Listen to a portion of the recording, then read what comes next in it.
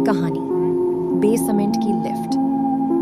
राजेश ने पुरानी दिल्ली के एक परित्यक्त अस्पताल में नाइट गार्ड की नौकरी कर ली। पैसे अच्छे थे और उसे लगा कि सुनसान जगह में नौकरी करना आसान होगा। पहली रात शांत थी, बस कभी कभी हवा के झोंके से जंग लगे दरवाजे चरमराते थे।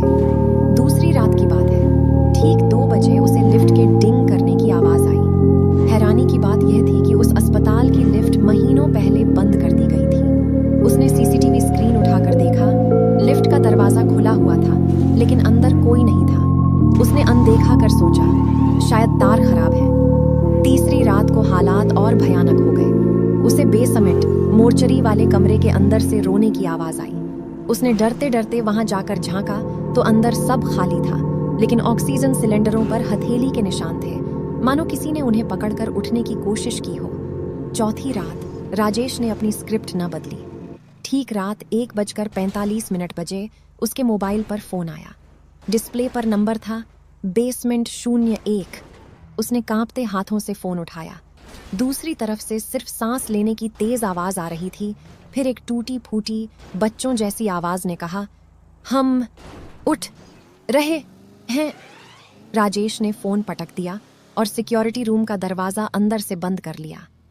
वह कुर्सी पर बैठकर कांप रहा था। 2 बजे फिर से डिंग, और इस बार लिफ्ट का दरवाजा खुला और एक खून से सनी सफेद चादर ढोती हुई कोई चीज बाहर निकली। राजेश ने उसे सीसीटीवी पर देखा। वह सीधे उसके कमरे की तरफ बढ़ रही थी।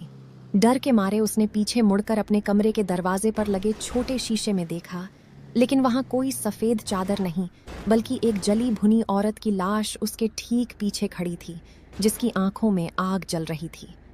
उसके लंबे लंबे नाखून राजेश के कंधे पर थे। राजेश ने चीख कर आंखें बंद कर लीं। जब उसने आंखें खोलीं तो सुबह हो चुकी थी। धूप खिड़की से आ रही थी, पर उसके कमरे में अजीब सी ठंडक थी। उसने तुरंत अपना बैग पैक किया और मैनेजर को फोन लगाकर नौकरी छोड़ दी। जब वह लिफ्ट के पास से गुजरा तो उसने लिफ्ट के बंद दरवाजों पर झांका। शीशे पर खून से लिखा था, कल फिर मिलेंगे, तुम्हारा पता मिल गया है। राजेश ने पीछे मुड़कर देखा, कोई नहीं था, लेकिन जब उसने अपना मोबाइल निकाला तो उसकी गैलरी में एक नई फोटो थी, आज सुबह 6 बजे की, जिसमें वह अपनी गाड़ी चला रहा था और पिछली सीट पर वही जली भुनी औरत मुस्कुरा रही थी। राजेश आज भी घर पर है। उसने कभी किसी से कुछ नहीं कहा, क्योंकि रात को 2 बजे उसके घर के पीछे वाले कमरे से रोने की आवाज आती है और वह जानता है कि इस बार उसके पास भागने की